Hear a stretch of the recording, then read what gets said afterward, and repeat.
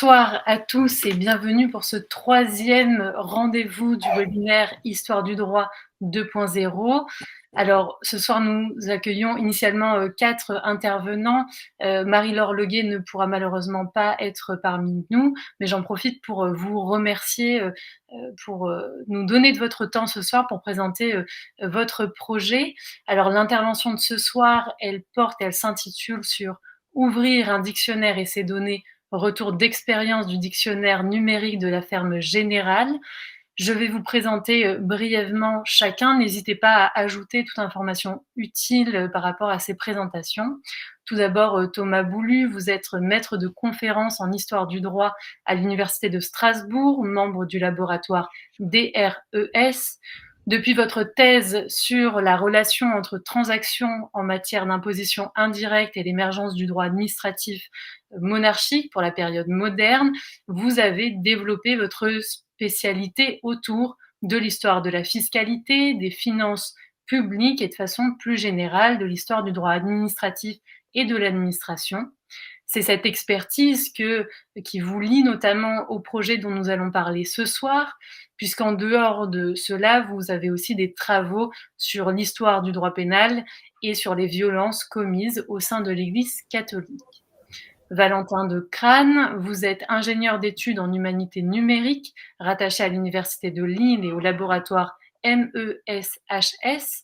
Votre cursus à l'École des Chartes vous a permis de développer une vision maîtrisée autour des archives et des technologies numériques.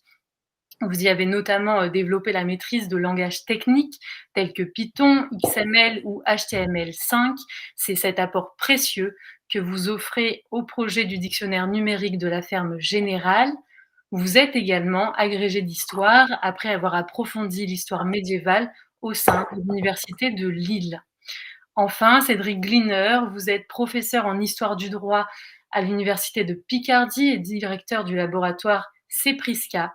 Vous avez débuté votre carrière universitaire avec une thèse qui portait sur la genèse du droit administratif, notamment sous le règne de Louis XV, au travers des pratiques de la figure de l'intendant du nord de la France. Vos travaux portent de façon plus générale, on va dire, sur l'histoire du droit public, sur l'administration et sur la fiscalité. C'est donc tout naturellement que l'on retrouve la mention de la ferme Générale au sein de votre histoire des institutions administratives du Xe au XIXe siècle. Voilà, je vous remercie encore chacun. Vos recherches respectives vous amènent à collaborer aux côtés d'autres historiens du droit et des facultés des lettres sur ce projet du dictionnaire numérique de la ferme Générale. Ce soir, vous allez présenter donc et nous raconter la genèse et la construction de ce projet, de cette initiative. Je vous laisse tout de suite la parole pour vous écouter. Je vous remercie. Merci beaucoup, chère Louise. Merci à vous tous. Merci à Ninon Maillard et du coup à Louise Testo-Ferry de nous permettre de présenter notre projet. Je le disais juste avant, c'est toujours un plaisir pour nous, même si ce travail est encore en cours, de présenter d'ores et déjà quelques résultats du coup de cette recherche collective. Cédric, tu veux peut-être commencer Oui, je vais commencer bien modestement parce que l'âme du projet, évidemment, c'est Thomas et Valentin. Et surtout Marie-Laure Leguet, qui ne peut pas être présente ce soir et qui s'excuse de ne pas être parmi nous, évidemment. Et je voudrais ici tout simplement dire que ce projet d'ANR n'aurait rien été sans elle, puisque c'est elle qui porte ce projet, c'est elle qui l'a mise sur pied, c'est elle qui l'anime avec beaucoup, beaucoup de passion. Ceux qui travaillent avec elle le savent, hein, c'est une acharnée de travail. Alors Marie-Laure Leguet est à l'heure actuelle une des grandes spécialistes de l'histoire des finances publiques en France, avec Joël Félix notamment. Elle est professeure donc de droit, professeure d'histoire moderne. C'est donc une professeure des lettres, une historienne des lettres qui est venue taper en fait à la porte des historiens du droit dans le cadre de son projet sur la ferme Générale tout simplement parce que la Ferme Générale, on va le voir par la suite, est une institution qui génère du droit, qui applique du droit, qui met en place énormément de techniques juridiques.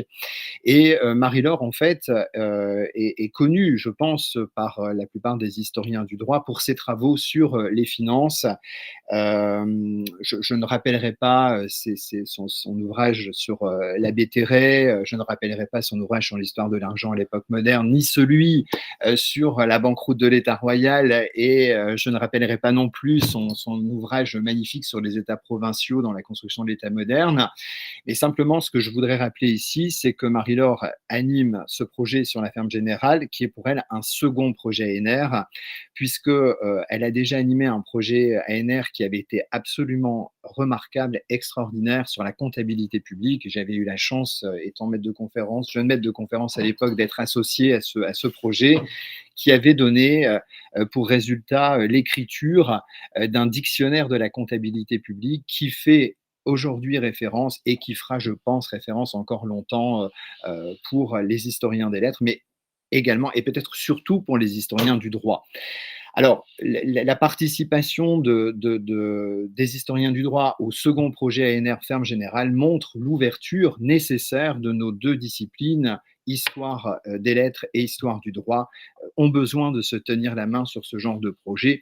Et si Marie-Laure visionne ce webinaire, elle saura tout le bien, tout l'estime que nous lui portons tous ici présents. Alors, je vais passer la main tout de suite à Thomas Boulu, qui va nous présenter rapidement le projet dans lequel il a été scientifiquement plus investi que moi, je le confesse bien volontiers. Donc, Thomas, je te laisse la parole pour nous présenter ce merveilleux, ce superbe projet ANR Ferme Générale. Merci beaucoup, Cédric.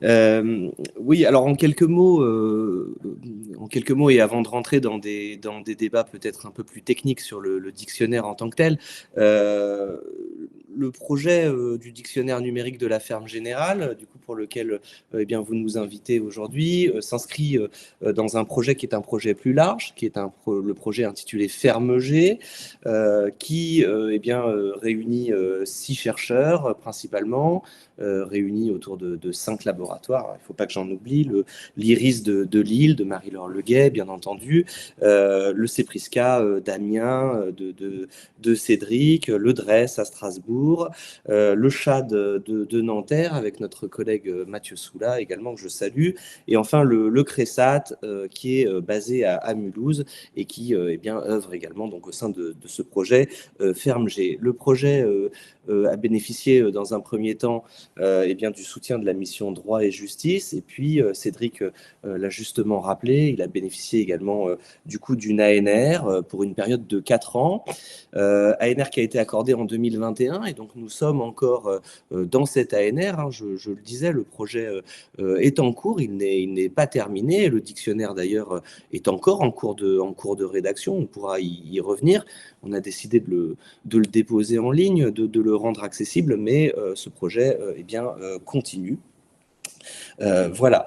L'objet scientifique de ce projet Ferme G, Cédric l'a également dit, eh bien c'est l'étude de l'institution Ferme Générale. La Ferme Générale, donc, qui est l'institution chargée de recouvrir, chargée de collecter, pardon, eh bien, la majeure partie des impôts indirects donc au XVIIe et au XVIIIe siècle. Alors, les évaluations peuvent être discutées, mais on considère que eh bien, plus de 50% des revenus ordinaires de la monarchie sont collectés par cette institution Ferme Générale, ce qui en fait assurément eh bien, un poids lourd, une institution référence.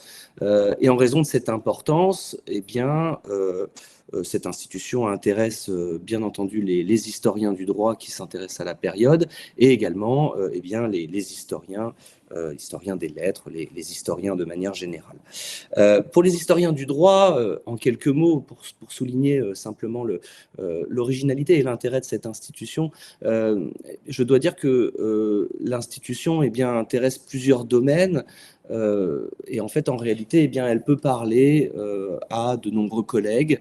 Elle intéresse en premier lieu l'histoire de la fiscalité, c'est certain, ce maquis fiscal, comme on l'a souvent appelé, ces impositions indirectes qui sont finalement assez mal connues et qui bénéficient d'assez peu d'ouvrages en réalité, à l'exception de quelques ouvrages plutôt généraux de la fin du 19e ou du début du 20e, ouvrages précieux, je pense notamment à l'ouvrage de René Sturm, mais en réalité, eh bien, c'est un domaine encore dans lequel nous pouvons progresser, et l'étude de la ferme générale apporte du coup eh bien, des renseignements sur ce pan-là. Cette ferme générale, je crois qu'elle intéresse aussi les collègues eh bien, qui travaillent sur l'histoire du droit des sociétés, puisque eh bien, le modèle retenu, c'est le modèle de l'affermage. La ferme générale est une société composée d'actionnaires qui conclut un bail avec la monarchie. Elle conserve, dans le principe, au XVIIe siècle et dans une partie du XVIIIe siècle également, eh bien, elle conserve l'intégralité des recettes fiscales qu'elle collecte. En contrepartie, eh bien, elle s'acquitte du paiement d'une somme d'argent auprès de la monarchie. Le fonctionnement finalement de la ferme générale est assez semblable à celui des grandes compagnies financières qui eh bien, tendent à se multiplier au cours du XVIIIe siècle. Et donc son étude renseigne aussi eh bien, ces sociétés donc de l'époque moderne. Sans rentrer davantage dans les détails, je crois également que l'histoire de la ferme générale intéresse eh bien l'histoire du droit pénal, le droit pénal fiscal en particulier, souvent présenté comme particulièrement sévère, notamment dans les ordonnances eh bien, de Louis XIV. La ferme générale est assurément eh bien, un acteur du droit pénal. Elle est chargée de la répression de la fraude, elle est chargée de la répression de la contrebande, elle procède à des saisies, à des confiscations, à des arrestations, bien entendu. Elle met sur pied eh bien, ce qu'on pourrait anachroniquement parler ou qualifier d'armée privée, qui bénéficie de privilèges. Et du coup, eh bien, son étude renseigne également assurément la mise en œuvre de ce droit pénal fiscal et peut-être également sa formation. C'est encore un pan de recherche sur lequel eh bien, il faudrait se porter. La ferme générale participant vraisemblablement, même si cela reste encore à démontrer, eh bien, à l'élaboration de la législation royale.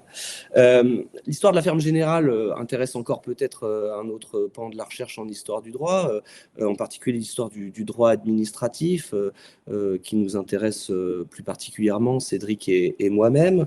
La ferme générale eh bien, développe une imposante administration au cours du XVIIIe siècle. À nouveau, les chiffres sont discutés, mais on estime eh bien, que environ 30 000, à peu près 30 000 employés eh bien, se répartissent sur le territoire et travaillent donc pour le compte de la ferme générale. Au-delà de ce nombre important, eh bien, la ferme générale développe une réelle bureaucratie, une administration centrale est mise sur pied à Paris, dans les bureaux parisiens, et une administration locale également se développe dans ce qu'on appelle des directions. La structure est particulièrement hiérarchisée, les fonctions bien attribuées.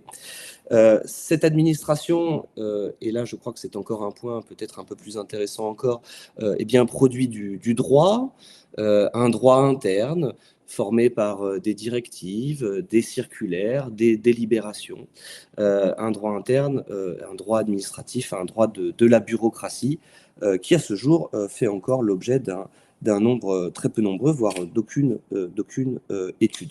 Elle développe également, eh bien, la ferme générale, des instruments qui sont des instruments originaux. Je pense, un seul exemple peut-être, pour ne pas être trop long, elle met sur pied, à compter de 1768, un régime des retraites, un régime des retraites assez élaboré. Et progressivement, et c'est encore un autre, donc ça intéresse encore peut-être d'autres chercheurs, cette question de la retraite, c'est peut-être le point sur lequel nous bénéficions du nombre d'études le plus avancé. Et un dernier point encore, et je crois qui est intéressant également, c'est que au fur et à mesure du XVIIIe siècle, au fur et à mesure que nous avançons dans le XVIIIe siècle, on note, on note une modification de cette ferme générale. La ferme générale, de plus en plus, se révèle, peut-être l'expression est inexacte, mais pénétrée par l'État royal. De plus en plus, les questions de rentabilité tendent peut-être pas à être secondaires, mais de plus en plus, on voit d'autres questions qui se posent pour ces actionnaires.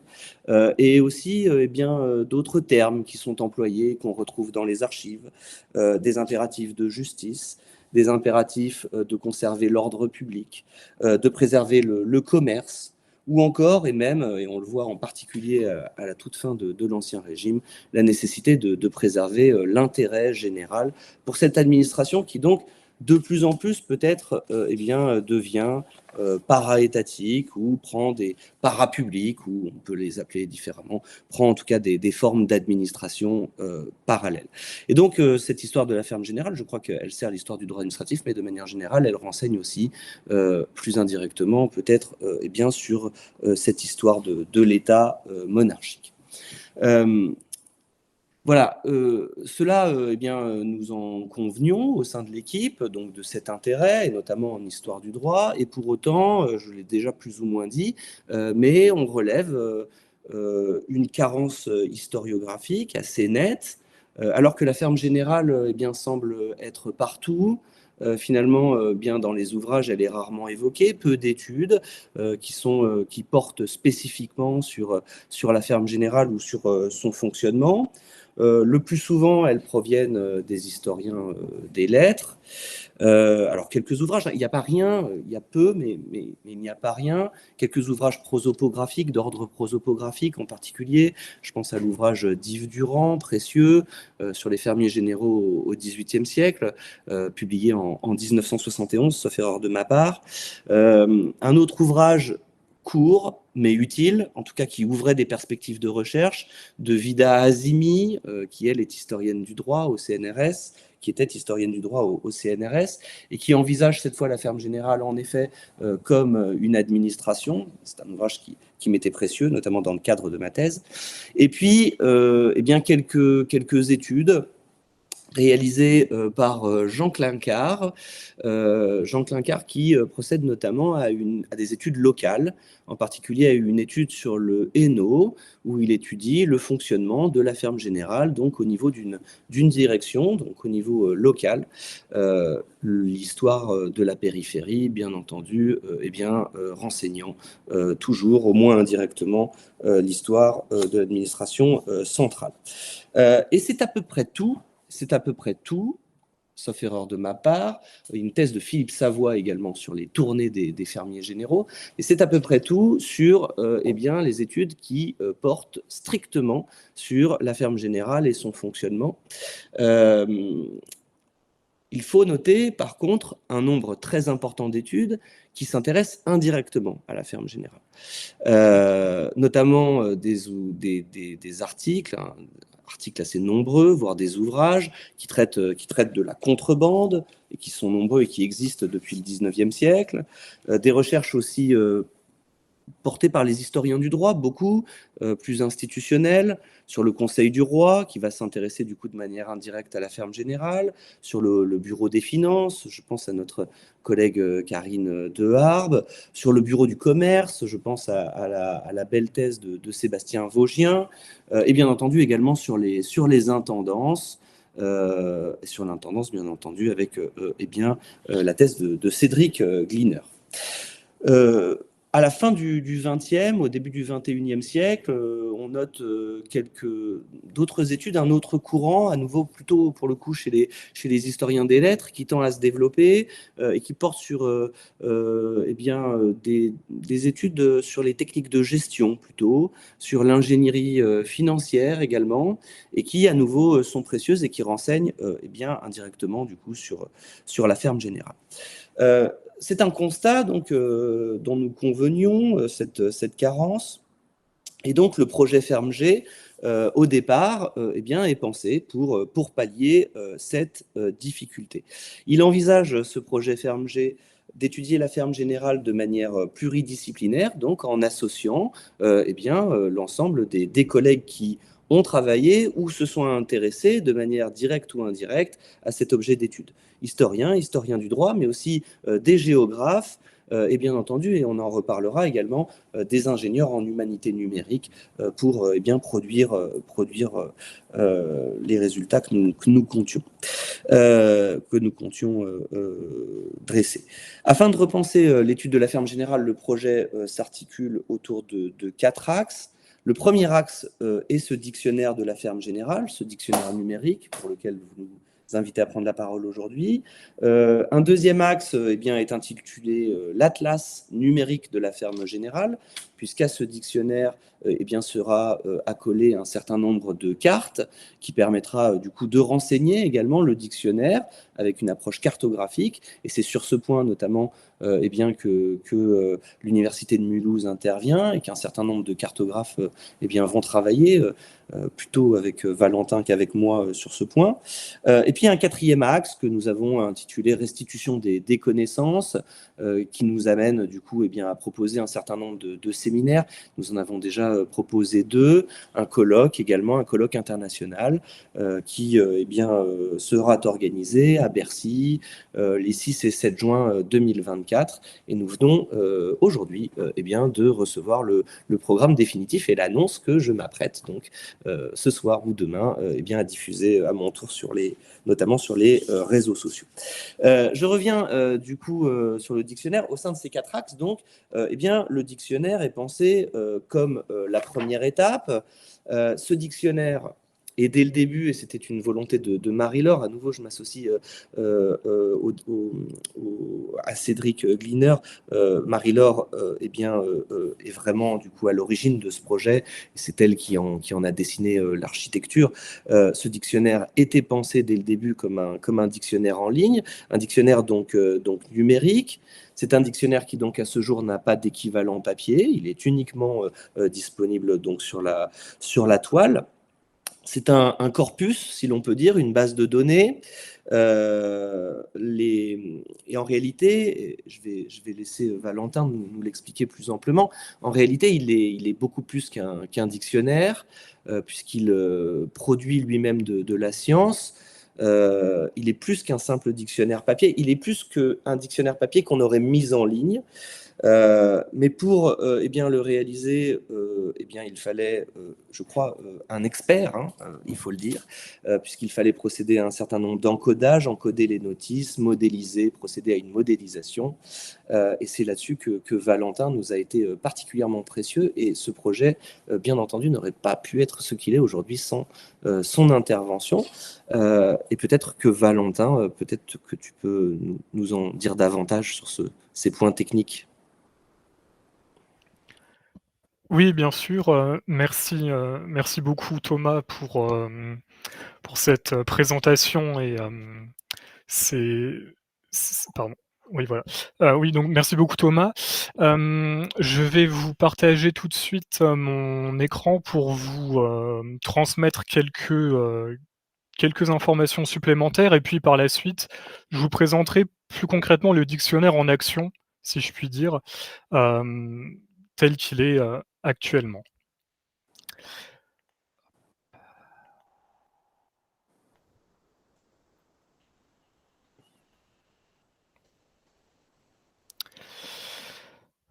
Voilà, donc je vais tout de suite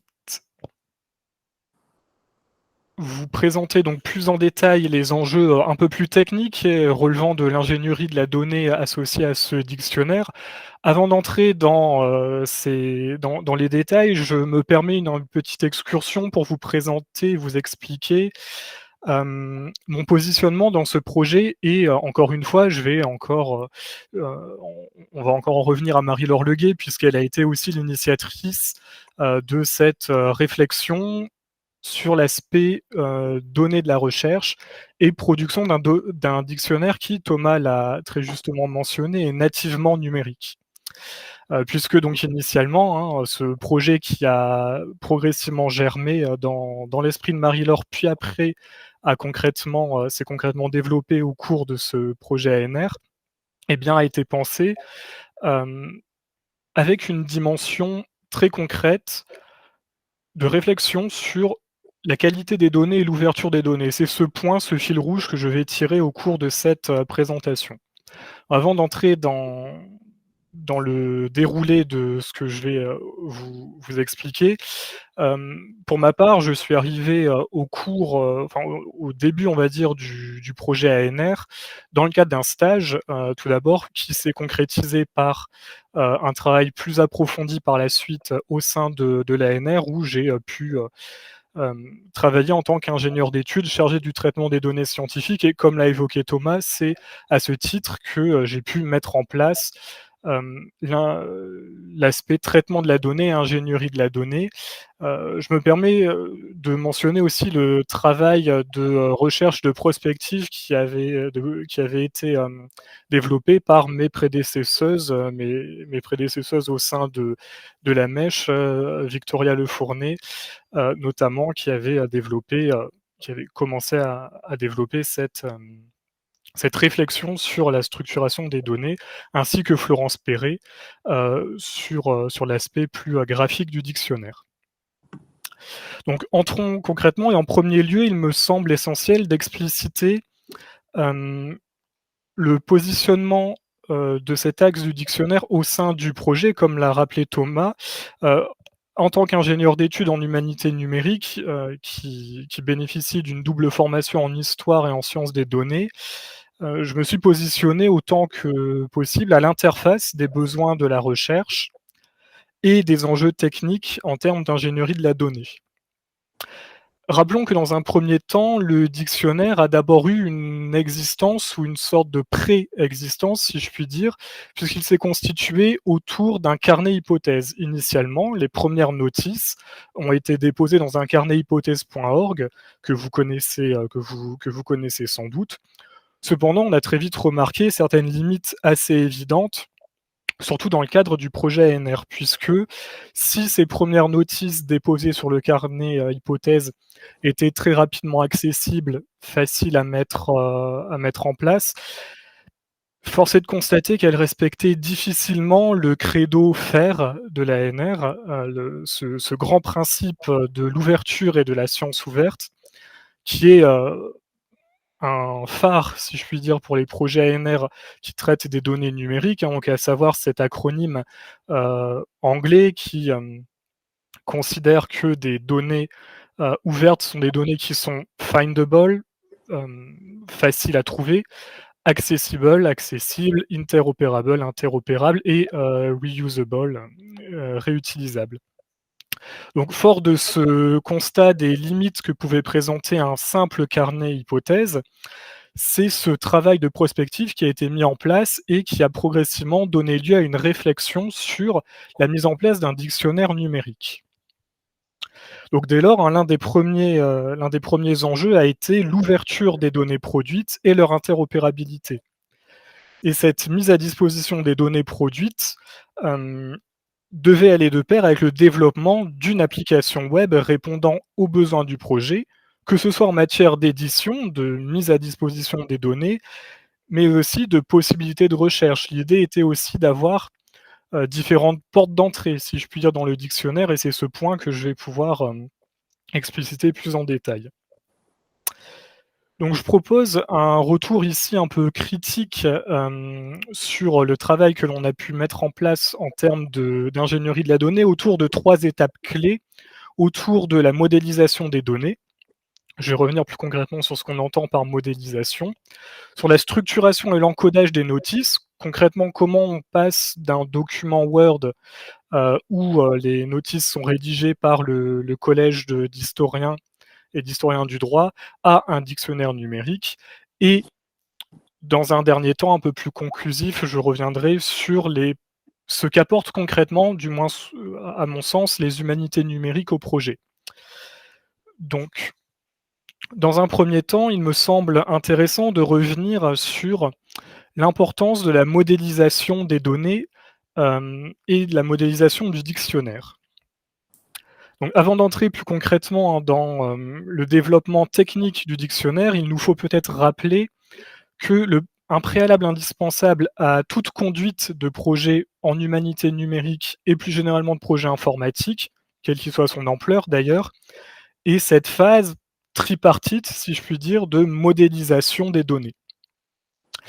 Donc la modélisation correspond à l'étape de représentation des données, en l'occurrence du dictionnaire, afin d'en éclairer par la suite les choix d'encodage. C'est ce qu'on va appeler le modèle logique, puis concrètement la mise à disposition et le stockage des données. C'est ce qu'on va appeler l'implémentation ou la modélisation physique. Donc, dans un premier temps, il nous a fallu essayer de modéliser de manière conceptuelle ce que représentait un dictionnaire numérique en termes informatiques. Puis, nous avons mis en place une chaîne de traitement pour aboutir à un modèle logique. Je vais revenir plus en détail là-dessus, mais ça a été tout l'encodage et la mise en place du dictionnaire. Puis le modèle physique qui correspond ici au déploiement sur le web du dictionnaire ainsi qu'au stockage concret des données. Alors, sans entrer dans des détails trop techniques, ici, peut-être je me permets de rappeler qu'en termes de modélisation conceptuelle, un dictionnaire peut être assimilé à la structure mathématique en fait d'un graphe ou, en l'occurrence plus spécifiquement, on parlera d'un arbre, à savoir un graphe ordonné, dirigé et en théorie acyclique. Donc de manière très succincte, d'un point de vue conceptuel, on peut considérer, si je puis dire, que au sein du dictionnaire, on va trouver cette racine qui est un niveau englobant, le dictionnaire en soi, et au sein de ce dictionnaire, un ensemble de notices qui vont contenir des segments informationnels différents. Petite particularité du dictionnaire, c'est qu'on a des références croisées, les linguistes parleront de mésostructures, à savoir des segments informationnels se référant à d'autres notices, et donc remontant un étage dans l'arbre de la structuration de la donnée. Donc, cette représentation conceptuelle du dictionnaire soulève déjà un certain nombre d'enjeux que nous examinerons plus en détail par la suite et que Thomas a déjà d'ailleurs très justement mentionné, à savoir est-ce que le dictionnaire est une œuvre organique à part entière ou est-ce qu'il s'agit d'un corpus ou d'une base de données? Et nous allons le voir, c'est à la fois un peu de ces différents éléments avec une structure et une cohérence globale. Alors là, encore une fois, je vais volontairement éluder la question de l'épistémologique des dictionnaires numériques, puisqu'ils ont été largement traités par les linguistes, et je pourrais donner quelques éléments si on a des questions par la suite. Mais effectivement, historiquement, ce sont les linguistes qui se sont avant tout intéressés à l'aspect numérique et à la création de dictionnaires numériques. Je renverrai ici principalement aux travaux de Laurent Romary, de Nancy Hyde ou de Adam Kilgariff, qui ont notamment participé au développement, en tout cas, de différents modules pour l'Extended Markup Language. On pourra éventuellement y revenir. Alors, une fois ce modèle conceptuel mis en place, il nous a fallu très concrètement passer d'un modèle abstrait à une mise en production concrète et la création, si je puis dire, l'encodage des notices. On va parler ici d'encodage puisque l'intérêt du traitement numérique et des humanités numériques, en l'occurrence, est de passer d'une donnée brute, le texte, à une donnée sémantique et enrichie. En l'occurrence, ici, un encodage, comme vous pouvez le voir, alors c'est un petit peu mal passé, je m'en excuse, sur la partie gauche de l'écran, des données balisées et encodées. On entend par ici données structurées ou balisées un ensemble de chaînes de caractères, le texte des notices, qui sont balisées par différentes balises. Donc ce sont ces chevrons que vous pouvez voir ici, ces balises entre chevrons, qui vont permettre de structurer le texte, de lui donner du sens et surtout de le rendre interopérable et traitable, si je puis dire, informatiquement. C'est tout l'intérêt ici d'avoir une chaîne de traitement de la donnée, c'est de passer encore une fois d'une donnée brute à une donnée traitable en masse d'un point de vue informatique, puis visualisable sur le web et enrichie, je vais y revenir par la suite, pour être traitée dans des moteurs de recherche ou dans des bases de données. Donc j'insiste encore une fois sur ce point, mais le cœur et l'aspect central de ce travail d'ingénierie de la donnée au sein du projet a été de passer d'une donnée brute à une donnée sémantique, à une donnée qui a du sens d'un point de vue informatique par ce balisage. Alors concrètement, comment mettre en place ce balisage? C'est faisable à la main, si je puis dire. On a de très bons logiciels d'ailleurs qui permettent de le faire, notamment Oxygène, qui est très connu. Mais bien évidemment, c'était relativement peu envisageable étant donné l'ampleur initiale du corpus. Je refais un petit détour ici sur l'historique du projet, mais pour ma part, quand je suis arrivé au sein du projet, nous disposions déjà d'un corpus assez conséquent de notices. Pour vous donner une idée, fin 2022, on était déjà à peu près à 240 notices, soit environ 500 pages de documents texte si on compile l'ensemble de ces notices. Donc baliser le texte à la main n'était nullement envisageable et il a donc fallu mettre en place un traitement automatique. Et c'est ce point sur lequel je vais revenir plus en détail, ce que j'ai appelé cette chaîne de traitement ouverte. Autre point intéressant pour le projet dans ce principe de balisage, c'est la possibilité, notamment grâce à ce langage particulier de balisage qui est l'XML-TEI, l'Extended Markup Language Text Encoding Initiative, qui est en fait une grammaire spécifique de l'XML, je pourrais y revenir plus en détail. Eh bien, c'est à la fois de structurer le texte, d'apporter des éléments sémantiques, mais aussi de rajouter des métadonnées, donc des données qui vont décrire les données, ce qui nous permet d'indexer par la suite et de proposer différentes portes d'entrée, si je puis dire, dans le dictionnaire. Et donc ce balisage eh bien, comprend ces deux éléments qui sont absolument indispensables dans le cadre de la conduite de ce projet. Alors, il nous a fallu donc mettre en place un schéma TEI que l'on qualifie de One Document Does It All, qui est en réalité un schéma informatique qui permet de valider l'encodage ainsi que sa documentation en prose, si je puis dire. Et donc, je vous ai représenté ici sous forme d'un arbre la structuration du dictionnaire, et plus spécifiquement ici d'une notice. Donc d'un point de vue informatique et balisage, on va avoir, on parlerait ici encore une fois d'un élément racine, cet élément un peu théorique qui englobe la notice, donc la notice en soi, qui est ici balisée par une balise TEI. D'un côté, le TEI header qui contient les métadonnées, ce que j'ai expliqué, toutes ces données qui décrivent les données, et de l'autre côté, eh bien, le cœur de la notice en elle-même, qui, je vais pas détailler ici les balises, toutes ces explications sont détaillées dans notre ODD qui est accessible, mais je soulignerai que d'un point de vue de l'arborescence, ce qui est intéressant, c'est qu'on a pu séparer le cœur de la notice des éléments plus bibliographiques en balisant la bibliographie, les sources ainsi que les sources imprimées.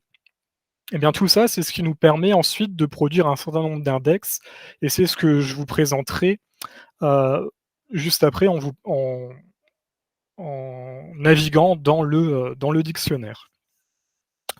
Donc j'en reviens plus spécifiquement ici au travail qui a été mis en place de traitement des données, puisque je l'évoquais, hein, pour vous donner une petite idée. Début 2023, nous étions à 263 notices, soit un peu plus de 500 pages de texte de documents Word compilés. Nous avons donc mis en place une chaîne de traitement semi-automatisée avec un langage de programmation Python qui est donc très utilisé en humanité, dans les humanités numériques.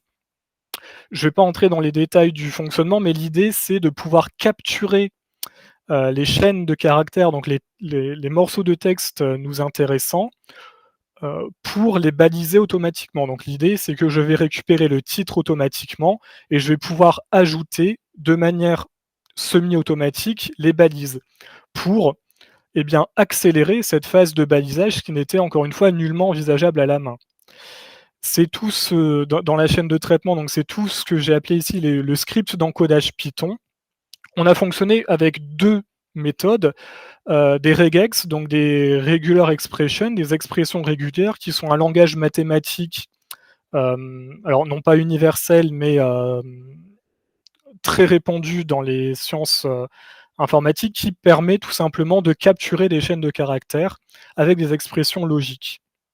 Puis, une fois que ces expressions sont capturées et balisées, par un deuxième morceau dans le script Python, on va réassembler la notice pour avoir cette arborescence claire et bien définie. Une fois les notices encodées en XML-TEI, le schéma ODD permet de valider ou non la notice et de vérifier que l'encodage et que le script automatique s'est bien déroulé, si je puis dire. Donc ça, c'est sur l'aspect constitution et enrichissement de la donnée. Bien sûr, on ne pouvait pas se limiter à mettre à disposition un ensemble de fichiers en XML-TEI. Ça reste finalement assez peu lisible, et l'idée était bien sûr de développer une plateforme web permettant de visualiser ces données et encore une fois de les enrichir. Et donc c'est cette seconde partie dans la phase de traitement de la donnée que je vais expliciter à présent. Donc une fois qu'on a ce corpus, on a mis en place une infrastructure numérique pour permettre non seulement la visualisation des données, avec ici une feuille XSLT, c'est un langage de programmation qui permet de transformer des données en XML, TEI en l'occurrence, en sortie HTML, donc le format du web. Donc c'est de cette façon, en fait, quand vous cliquez sur une notice du dictionnaire, c'est ce qui se passe en arrière-plan. On a la notice encodée que je vous ai montrée tout à l'heure, qui est transformée avec cette feuille XSLT pour produire cette visualisation web. Mais on a décidé d'enrichir et de proposer plus qu'une simple visualisation des données et des notices. C'est tout ce que l'on a rajouté ici dans le schéma, à savoir la possibilité d'extraire automatiquement, grâce à ce balisage, un certain nombre de balises qui nous intéressent. C'est comme ça qu'on a pu produire et récupérer automatiquement, par exemple, toute la bibliographie qui a été encodée automatiquement. Je montrerai le résultat concret par la suite. On a pu récupérer les métadonnées qui nous intéressaient pour l'indexation, et un certain nombre d'entités nommées que l'on a balisées, donc principalement des noms de lieux mentionnés donc dans les notices, mais aussi des institutions d'Ancien Régime.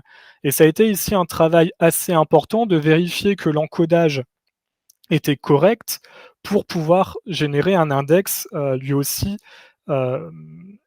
représentatif du dictionnaire. J'y reviendrai par la suite si on a des questions, mais en fait, ce balisage des entités nommées, nous ne l'avons pas fait à la main non plus, du moins que partiellement.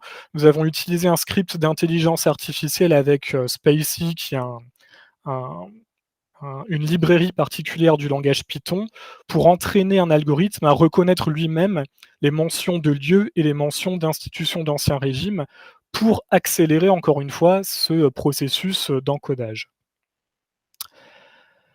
Une fois donc ces index, en fait, ces entités nommées et ces métadonnées récupérées, nous les avons indexées dans une base de données relationnelle, finalement assez classique, et c'est grâce à cette base de données qui tourne en arrière-plan du dictionnaire, du site, que nous pouvons générer des moteurs de recherche et des index. Et c'est ce que je me propose de vous montrer dans l'immédiat. Alors, je vais juste vous partager mon écran. Voilà, donc normalement, vous voyez toujours le dictionnaire numérique. Donc très concrètement, je ne vais pas entrer dans les détails ici de l'ensemble des fonctionnalités, Mais donc quand vous arrivez sur la page d'accueil, vous avez un accès rapide aux notices, aux notices. Je vais en prendre une, adjudicataire par exemple. Donc ici vous avez la sortie web, c'est ce que j'ai expliqué, hein, c'est cet encodage qui a été transformé par le biais de l'XSLT pour avoir une visualisation web. On a un certain nombre d'hyperliens qui renvoient vers d'autres notices du dictionnaire. Là par contre ça a été un balisage à la main. D'où la relecture attentive, hein, et très précieuse de Thomas et de Marie-Laure pour l'ensemble des notices et vérifier que les liens sont corrects. Donc on a possibilité d'ajouter des images bien sûr, et grâce à l'encodage, on a pu générer la bibliographie et séparer donc du corps du texte la bibliographie utilisée. On a un système de citation qui a été aussi ici automatisé. Pour l'instant, on ne dispose pas encore de DOI, qui sont des identifiants pérennes. On récupérera les DOI à la fin du projet quand on va déposer les données sur un entrepôt de données spécifique, Nakala en l'occurrence. J'y reviendrai encore une fois par la suite. Il est possible d'exporter la notice sous différents formats. On pourra y revenir aussi par la suite. Mais l'apport concret de tout ce travail de traitement de la donnée et d'enrichissement, c'est la possibilité d'avoir des moteurs de recherche croisés. On va pouvoir croiser les requêtes en recherchant des titres de notices, mais en croisant aussi avec d'autres métadonnées, les auteurs. Vous avez ici la liste des différents auteurs. Les types de notices, puisque l'on a attribué des types à à la plupart des notices. On peut faire aussi de la recherche plein texte. Et croiser ces différents éléments. Je vais faire un exemple très rapide, mais si je veux par exemple récupérer toutes les notices de Thomas qui ont été renseignées comme étant, alors je vais essayer histoire administrative, voilà, et bien on récupère ici les notices de Thomas qui ont été balisées, enfin qui ont été indiquées comme relevant de l'histoire administrative. C'est un premier rapport, donc ici du traitement de la donnée, c'est cette multiplication des points d'entrée dans l'information scientifique. Mais le balisage des entités nommées notamment permet de générer ces index.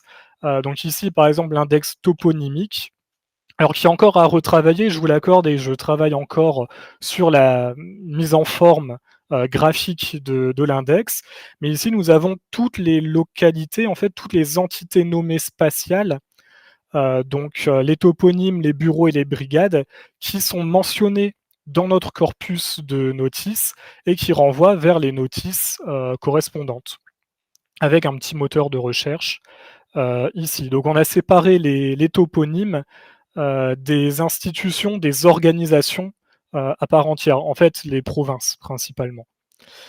Il y a aussi la possibilité d'avoir accès et là encore je travaille dessus, par le biais des items, des références bibliographiques. Et c'est encore une fois un intérêt, je pense, et un apport des humanités numériques, c'est de proposer différentes portes d'entrée dans le dictionnaire et si je puis dire, restructurer ou proposer une autre structuration de l'information. Plutôt que d'entrer dans un dictionnaire par un titre et sa définition, on peut y entrer par une référence bibliographique, une localité ou une recherche approfondie, on va dire. Nous pourrons bien sûr revenir par la suite, hein, si vous le souhaitez, sur les fonctionnalités un peu plus particulières ou un peu plus avancées du dictionnaire. Je vais, excusez-moi, je vais vous remettre à la fin de ma présentation. Voilà, donc très rapidement, excusez-moi.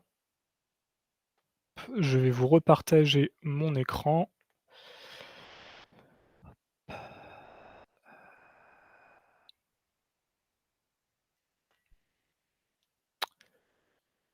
Voilà, donc très, très rapidement, et je vais conclure un peu sur cette partie. D'un point de vue un peu plus critique et sur un retour euh, a posteriori du dictionnaire, l'un des intérêts de ce traitement de la donnée et de cette euh,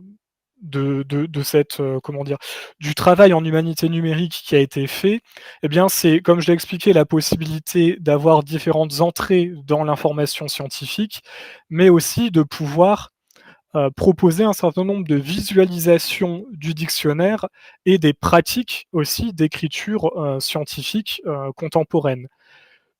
Vous avez ici un exemple donc ça, ce sont des points un peu plus prospectifs sur lesquels nous avons pu travailler par le passé ou sur lesquels nous réfléchissons encore avec Marie-Laure actuellement.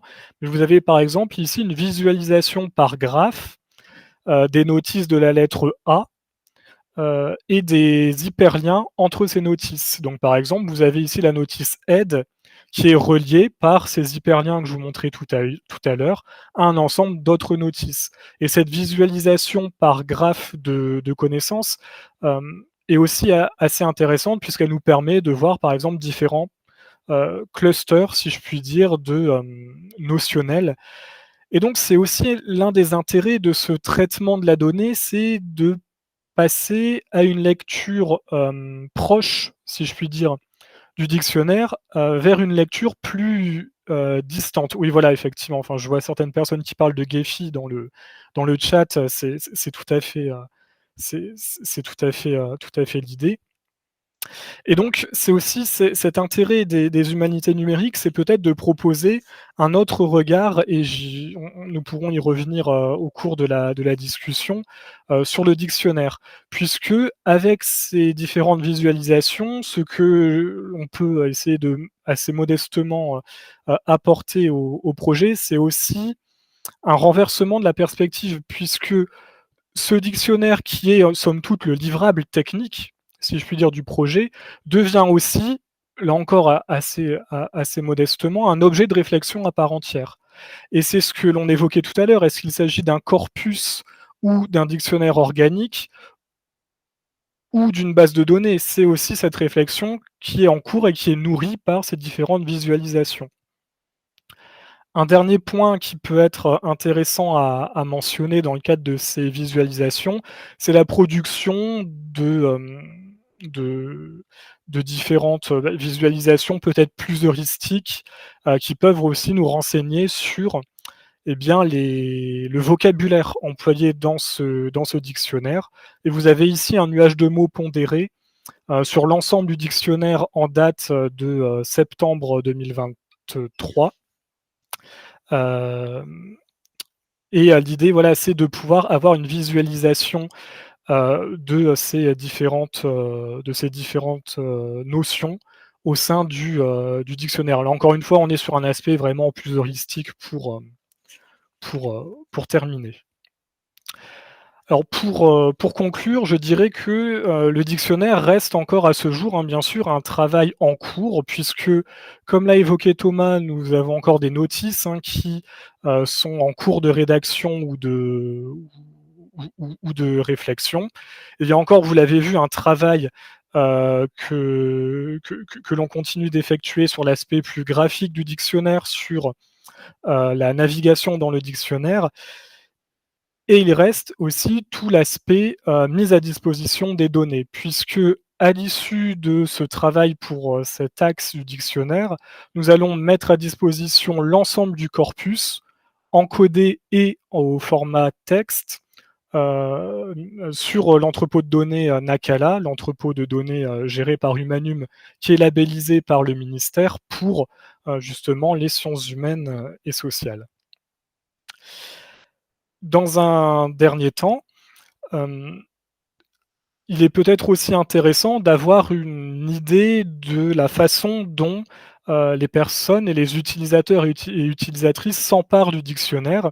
Et c'est un travail ici que l'on pourrait mener sur le long terme, à savoir l'analyse des logs des journaux de connexion, pour voir la façon dont les utilisateurs naviguent dans le dictionnaire, savoir qui met en place comment dire, enfin, où sont les personnes en fait qui consultent notre dictionnaire, et avoir peut-être aussi une vision des notices qui sont les plus consultées, de la manière dont on accède aux notices, pour voir si cette multiplication des points d'entrée est vraiment satisfaisante. Voilà, je vais m'arrêter là pour cette présentation un peu technique. J'espère avoir été assez clair, et bien sûr, par la suite, je peux développer certains points plus techniques si vous le désirez. Merci. Du coup, Thomas, je te laisse Oui. conclure. Non, sauf s'il y a tout de suite des questions, mais je crois que voilà, au-delà de la présentation, c'est sûr, c'est certaines présentations techniques. C'est sûr que du coup, l'encodage, la modélisation, voilà, permet derrière, et tu nous l'as bien montré, je pense, de manière concrète, d'accéder à autre chose qu'un simple dictionnaire papier qui serait du coup consultable sur la voie numérique. C'est un peu l'idée, et les deux dernières slides que tu as présentées sont des essais, hein, tu l'as dit, sur lesquels on réfléchit encore, notamment les nuages de mots. On n'est pas intimement persuadé de l'intérêt éminemment scientifique de cette approche, mais on le discute, on regarde, ça nous montre des choses, et on essaye de voir dans quelle mesure est-ce que l'encodage nous le proposant, est-ce que du coup, c'est susceptible de nous créer de la donnée? Et je crois que là-dessus, c'est là-dessus que l'intérêt du dictionnaire porte. C'est ça, c'est créer autre chose, peut-être, ouvrir autre chose, s'inscrire donc dans les humanités numériques.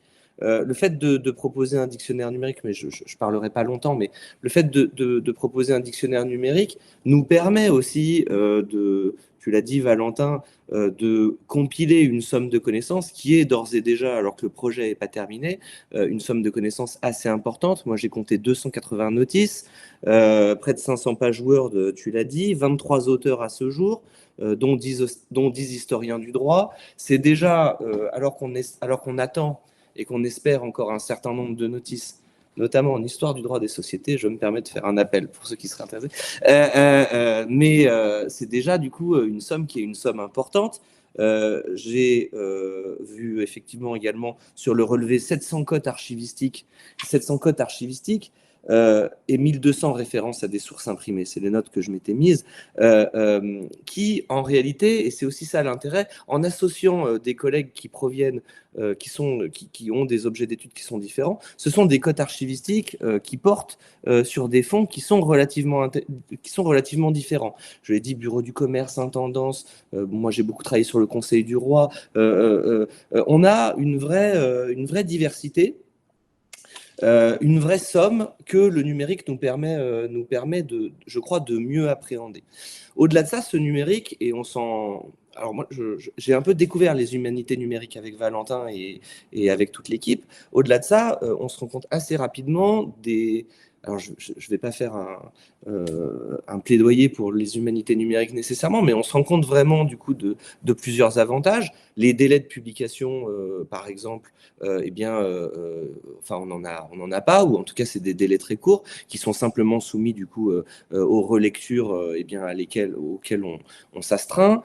On a également, et ça, je crois que c'est intéressant, tu en parlais, Valentin, rapidement, on a l'impression de s'inscrire dans une forme le terme, mais je crois pas trop fort, une perspective de démocratisation du savoir avec ce dictionnaire.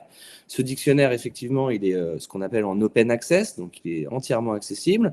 L'ANR qui nous a financé nous permet du coup de ne pas avoir accès, de ne pas solliciter des modes de financement type le freemium ou d'autres modes de financement du coup qui contraignent à faire payer un peu ou même totalement la consultation du coup des notices. Dans le cadre de la ferme générale, du coup, je crois qu'on s'ouvre. On s'ouvre notamment, on ouvre un peu cette connaissance du coup hors les murs universitaires. Je l'ai rapidement dit lorsque j'ai présenté l'état de l'art sur la ferme générale. Il y a un intérêt qui est réel, qui est existant depuis le 19e, et même avant en réalité, sur cette figure du contrebandier, de la fraude, qui intéresse. On a un nombre, ça se voit assez bien lorsqu'on essaye lorsqu'on regarde le nombre de mémoires de Master 2 ou anciennement de DEA sur la fraude et la contrebande qui sont réalisées. Et je crois que ce dictionnaire numérique, il permet aussi du coup à tous ces peut-être professeurs du secondaire, du lycée, d'avoir accès à de la donnée. Au-delà de ça, au-delà même hors les murs universitaires, même au sein du coup des universités, cet open access, il nous permet de nous adresser de manière, de manière égale à l'ensemble de la communauté scientifique. On le sait, tous les chercheurs n'ont pas forcément accès de la même manière aux données, aux sciences. Toutes les universités n'ont pas le même nombre d'abonnements au niveau des revues ou autres. Et je crois que du coup, on s'inscrit dans cette perspective. Je l'ai dit, le dictionnaire, il est ouvert. Et en réalité, on en discutait avec Marie-Laure Leguet, on ne sait pas encore si on le fermera. En réalité, peut-être qu'il a vocation à rester ouvert, c'est-à-dire à pouvoir accueillir des notices, tant qu'il y a quelqu'un en tout cas pour diriger le projet, encore dans 5, 10 ans, pouvoir permettre du coup d'être un objet scientifique ouvert sur l'actualité. Dans une certaine mesure, lorsqu'on publie un ouvrage, c'est une présentation de l'état de la science à un moment T. Le dictionnaire numérique, même si ça va du coup nécessiter une quantité de travail qui sera une quantité de travail importante, parce qu'il faudra réaliser un suivi. Je pense notamment au suivi des notices. Il y aura peut-être des notices qui deviendront entre guillemets plus vraiment d'actualité par rapport aux avancées donc ça nécessitera peut-être un travail qui posera aussi un problème, mais en tout cas ça ouvre d'autres perspectives. La possibilité du coup de ne pas être fermé. J'ai compté, alors à nouveau, on a regardé les chiffres, ça fait 6 mois qu'il est ouvert ce dictionnaire, et on en est à 2000 visites. Ce qui, voilà, on travaille tous sur des têtes d'épingle, peut-être la ferme générale effectivement intéresse un certain nombre de personnes, mais je crois qu'on n'aurait jamais atteint un tel nombre de consultations si on avait publié un ouvrage papier. Et je crois que ça, déjà, c'est déjà en fait une victoire. Effectivement, Valentin l'évoquait, on a la possibilité de voir de quels endroits du monde se connectent du coup les lecteurs. 95%, 94% viennent d'Europe, France, Belgique, Allemagne aussi. Mais on a quand même 6% qui viennent d'ailleurs, notamment 4% de Chine. Manifestement, il y a un chercheur en Chine qui s'intéresse à ce qu'on fait sur la ferme. Et pourquoi pas, c'est très bien. Voilà, et 2% des USA également. Et je crois que c'est déjà du coup quelque chose qui... Ça s'inscrit dans les humanités numériques. Et voilà, et je pense que du coup, c'est intéressant. Ce qui est intéressant, c'est que peut-être l'historien du droit peut rentrer là-dedans, dans cette thématique des humanités numériques. Il y a des dictionnaires numériques, mais il n'y a pas que cet instrument, il y a d'autres instruments qui existent. Et voilà, c'est pour nous une manière peut-être de faire un pas là-dedans. J'ai pas grand-chose à ajouter, mais moi je suis toujours vraiment admiratif quand j'écoute notamment Valentin parler parce que je ne comprends rien de ces données techniques, mais vraiment ce qu'il arrive à faire est tout à fait extraordinaire. Et je crois vraiment, pour avoir participé très modestement à ce projet, que quelque part, une partie de l'avenir de la recherche est là, effectivement, parce que ça ouvre des portes tout à fait extraordinaires que personnellement, je ne soupçonnais pas. J'avais participé au projet de rédaction du dictionnaire de la comptabilité publique et j'ai vraiment l'impression qu'à l'époque, on était à la préhistoire. On était à la préhistoire et que là, vraiment, on a fait un bond dans le temps qui est absolument extraordinaire. Et vraiment, encore une fois, Valentin, bravo pour ce que tu fais parce que je suppose que pour toi, c'est évident, mais pour nous, c'est tellement incroyable que on en est tout à fait baba et admiratif. Voilà, et puis on le voit encore avec ce format du webinaire, on voit bien effectivement que ce web nous permet quand même de nous rapprocher et d'ouvrir des discussions qu'on aurait probablement eu beaucoup plus de mal à mettre sur pied dans les conditions, je dirais, normales hein, de la recherche. Donc pour ça, merci et bravo à Ninon et à Louise de permettre ça. Voilà. Modestement, je ne peux ajouter que cela. Ah oui, et j'oubliais quand même, je ne sais pas si vous avez mentionné Arnaud Le Gonidec. Est-ce que vous en avez parlé, qui était notre post-doctorant sur le projet et qui a aussi beaucoup œuvré à la rédaction des notices. Voilà, j'ai une petite pensée pour lui parce qu'il a été rattaché au CEPRISCA là, pour la durée du projet. Donc voilà, j'ai une pensée pour lui et pour ses notices. Ninon, je vous laisse peut-être la parole maintenant.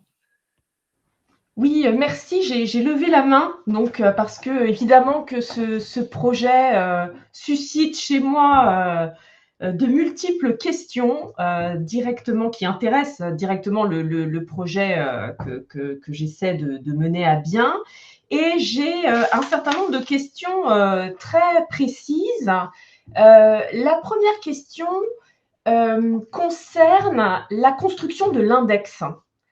Est-ce que les auteurs des notices sont sollicités pour repérer, en fait, dans la notice qu'ils fournissent, un certain nombre de mots-clés, ou est-ce qu'on leur fournit, au fur et à mesure que l'index s'enrichit, une liste de mots-clés qu'ils vont eux-mêmes, qu'ils vont repérer, en fait, en savoir davantage sur la manière dont vous avez construit ces index, et notamment ce moment très difficile où l'index thématique devient tellement nourri que peut-être on est amené à imaginer des sous-index, etc. Donc ça m'intéresse particulièrement, c'est la première question.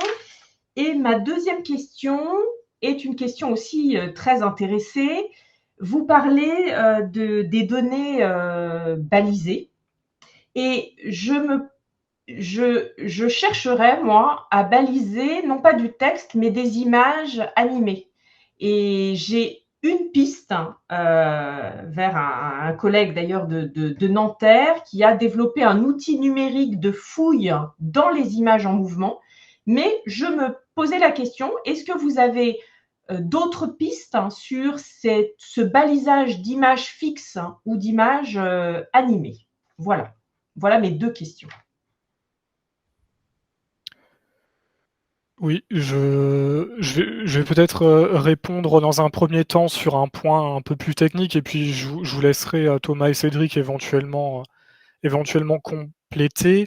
Alors pour l'index, pour les index en soi, donc vous l'avez compris, ce travail s'est fait de manière itérative et progressive, et donc ce sont des éléments que l'on a pu apporter au fur et à mesure de la construction du dictionnaire et de cette chaîne de traitement.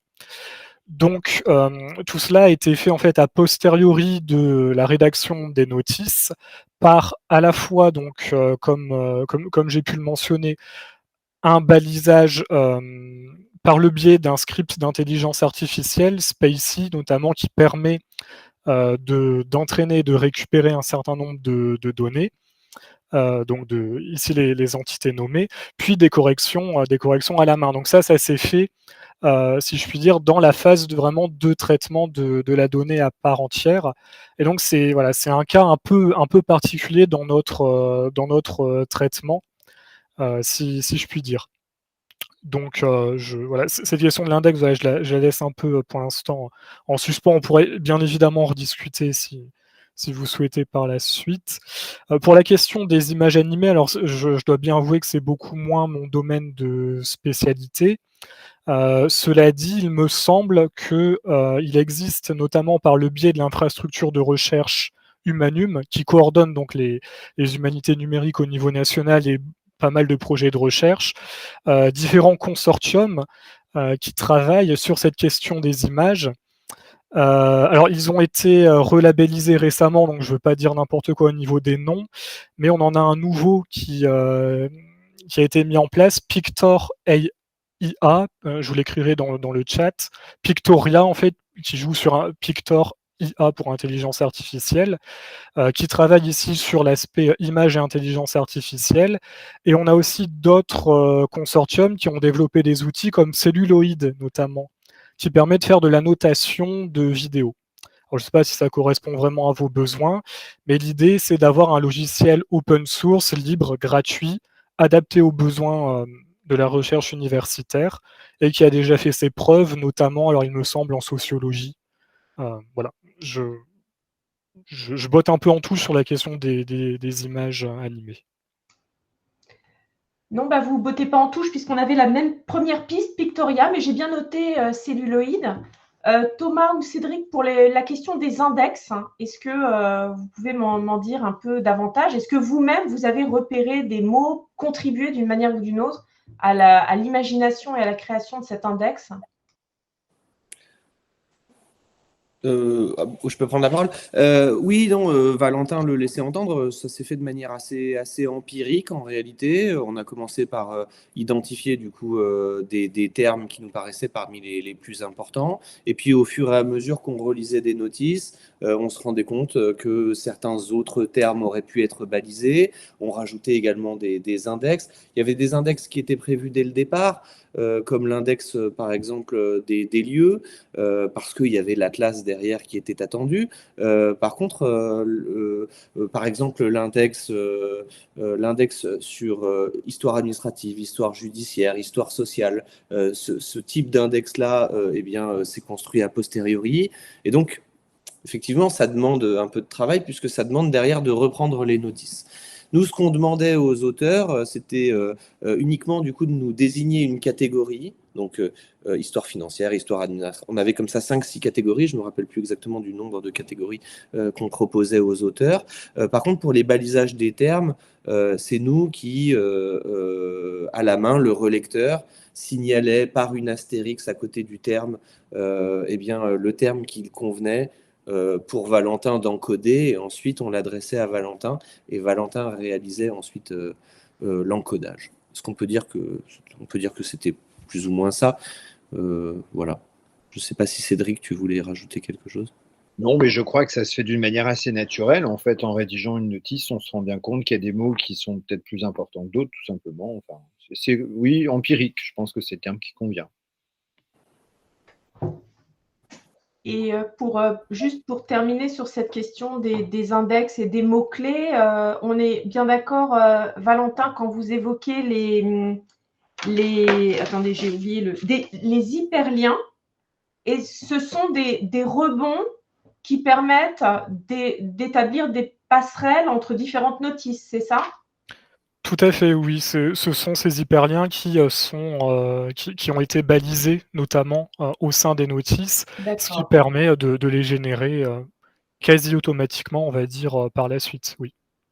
Mais c'est ça qui est génial, hein. C'est Bah ça oui. qui est génial à l'utilisation du dictionnaire. Ça permet de naviguer dans les notions, dans les concepts, dans les lieux. Enfin, franchement, c'est génial. Oui, j'ai l'impression que c'est vraiment la plus-value de l'outil numérique, c'est-à-dire cette mise en relation, puisque finalement, la consultation par l'entrée du mot, enfin du terme, bon, ça, on peut effectivement le faire à partir d'un instrument papier, mais c'est ces rebonds, ces mises en relation et ces entrées thématiques qui sont vraiment précieuses et qui sont en même temps assez difficiles à construire et ensuite à organiser. Mais bon, enfin voilà, c'est ce qui m'intéresse plus particulièrement. J'ai une toute petite dernière question et après je laisse la parole, mais ça c'est vraiment sur Nakala. Au moment où vous allez faire l'envoi des notices, c'est quelque chose qui va se faire en fait en bloc. C'est-à-dire que les métadonnées attendues par Nakala sont déjà renseignées et vous allez pouvoir faire un envoi en masse. Exactement, en fait, c'est tout l'intérêt aussi d'avoir des métadonnées propres et clairement renseignées dans ce que j'évoquais, le TEI header, qui est cette partie des métadonnées que moi j'ai donc extrait, enfin j'ai extrait ces métadonnées automatiquement et je les ai renseignées en fait dans un tableur qui va me permettre d'automatiser le dépôt des données dans Nakala, puisque si vous avez déjà déposé une donnée dans Nakala, vous avez effectivement un certain nombre de métadonnées qui sont attendues. Eh bien, ces métadonnées, elles sont déjà présentes, en fait, dans les métadonnées des notices. Donc, c'est ce que j'ai extrait. Et alors, avec un petit système de traduction, puisque Nakala attend des métadonnées issues du Dublin Core, qui est un vocabulaire contrôlé de métadonnées, j'entre pas dans le détail, mais ça pareil, ça a déjà été prévu en amont, et au moment du dépôt, effectivement, alors à voir si on fait le dépôt à la main ou automatiquement par le biais de l'API, de l'interface de programmation de Nakala, qui permet des dépôts en masse, mais dans tous les cas, le travail après, ça va être donc à la fois d'assurer le dépôt et de récupérer les DOI. Donc là aussi, on peut le faire grâce à cette interface automatique pour les insérer dans le dictionnaire et s'assurer en fait d'avoir cet identifiant pérenne pour rattacher la donnée à son existence physique, si je puis dire, sur les serveurs du Manum. Merci beaucoup.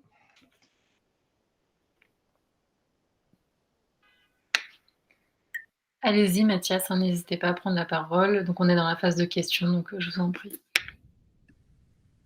Est-ce que vous m'entendez? Formidable. Alors, déjà, merci beaucoup. C'est vrai que c'est un travail absolument impressionnant. J'étais allé faire un tour sur le site juste avant la réunion et ouais, j'étais vraiment impressionné par le nombre de notices en ligne et le nombre d'informations disponibles. J'avais une question en fait sur un sujet que vous venez d'aborder, c'est celui de, si j'ai bien pu comprendre, le projet est donc pas terminé. Et du coup, c'est de savoir ce que vous comptiez faire sur, justement, à la fin du projet, parce que j'imagine qu'il y a une tentation énorme qui est permise par justement ces ressources numériques, à savoir celle de ne pas vraiment clore le projet et de garder la potentialité, l'ouverture de rajouter petit à petit des notices 1 an plus tard, 2 ans plus tard, ou voire d'en supprimer certaines qui sembleraient obsolètes ou d'en modifier. Mais est-ce qu'il n'y a pas un risque aussi en, du coup, refusant d'acter un petit peu la fin du projet? Bon, le risque le plus évident, mais j'imagine qu'il est rapidement évacué dès lors qu'il est hébergé par Humanum, ce serait le risque de perdre, comme beaucoup de bases de données, en fait, c'est juste l'hébergement au bout d'un moment et que ça disparaisse dans les limbes. Bon, ça, je pense que c'est pas trop l'objet ici, mais celui, en fait, de faire coexister une base qui, du coup, à l'inverse d'une publication papier qui est datée et référencée et qui est assez facilement repérable dans l'état de l'art lorsque on fait l'historiographie d'un sujet, de créer une base qui, en son sein, fasse coexister du coup des notices qui soient certaines datées, certaines mises à jour, certaines relativement récentes. Et du coup, lorsqu'on navigue au sein d'une encyclopédie pareille, de ne pas vraiment réussir à se repérer pour savoir si... Bon, bien sûr, il y a toujours la possibilité, j'imagine, d'insérer la date de la notice en bas de la fiche, mais du coup de perdre cette cohérence qu'offre quand même l'ouvrage imprimé. Voilà, et je voulais savoir si vous aviez pensé à tout ça et quelle était, je n'ai pas du tout d'avis sur la question, quelle était votre position? Non, mais c'est une bonne question. On est en train d'y réfléchir. Voilà, le projet n'est pas terminé, donc finalement c'est déjà se projeter dans l'avenir que d'envisager de laisser le dictionnaire ouvert. Mais c'est sûr que si on le laisse ouvert, ça va supposer un travail d'encadrement des notices pour tenir à jour, du coup, se tenir à jour de l'historiographie qui va être immense. 280 notices sur des thématiques pour certaines dans lesquelles on n'est pas toujours forcément à l'aise, même si la thématique porte sur la ferme générale, c'est pas forcément toujours des domaines où on peut facilement intervenir. C'est une vraie question. Votre remarque du coup sur la date de la notice nous donne quelques garanties, c'est-à-dire qu'en réalité, effectivement, on peut toujours se dire que cette notice n'ayant pas été modifiée depuis 4-5 ans, elle est le reflet du coup des débats historiographiques de 2013, 2014, 2016. Enfin non, on est en 2024, mais du coup d'une date donnée. Par contre, effectivement, eh bien si une partie des notices sont à jour et d'autres pas, ça peut rendre l'ensemble, ça peut enlever de la cohérence à l'ensemble du dictionnaire. Je ne sais pas, Cédric, ce que tu en penses. Je crois qu'on n'a pas encore vraiment décidé, mais... ouais. Et du coup, Cédric a un problème Internet, je crois. Voilà, donc c'est une question en suspens, mais c'est une très bonne question. Il faut qu'on y réfléchisse encore. Ouais, et je me permets peut-être de compléter très rapidement d'un point de vue technique l'intérêt des DOI, et notamment du dépôt de la notice finale, entre guillemets, sur Nakala, c'est de pouvoir générer différentes versions des DOI, puisque sur Nakala, à chaque fois que l'on va redéposer une donnée qui existe déjà, on va devoir régénérer, en fait, on va nous proposer un nouveau DOI, donc un nouvel identifiant pérenne, mais avec une sorte d'extension qui assure qu'il s'agit d'une deuxième version de la donnée déposée. Et donc l'intérêt, et là c'est tout le travail assez monumental qui a été mis en place par les entrepôts de la donnée, c'est d'avoir les différentes versions d'une notice et leur historique aussi. Enfin, pas forcément pouvoir les comparer en direct, mais en cliquant sur les différents DOI, de pouvoir voir les dates de mise à jour des notices. Et c'est pour ça que l'on s'appuie aussi sur cette infrastructure préexistante, hein, Nakala. On ne part pas de rien pour le dépôt des notices, puisque c'est grâce à ça qu'on va assurer, en fait, alors non pas l'archivage, mais la pérennité, en fait, des données. Merci beaucoup. En fait, ça fait presque penser au fonctionnement de Légifrance, où on a cette généalogie de certains articles avec les versions différentes, si elles ont été modifiées. Je ne sais pas dans quelle mesure vous allez réussir à faire ça, mais ça sera très intéressant. Monsieur Hénin, si vous voulez bien prendre la parole.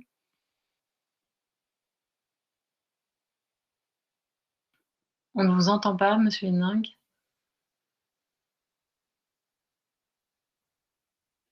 Non. Est-ce que vous m'entendez là? Bonjour à tous.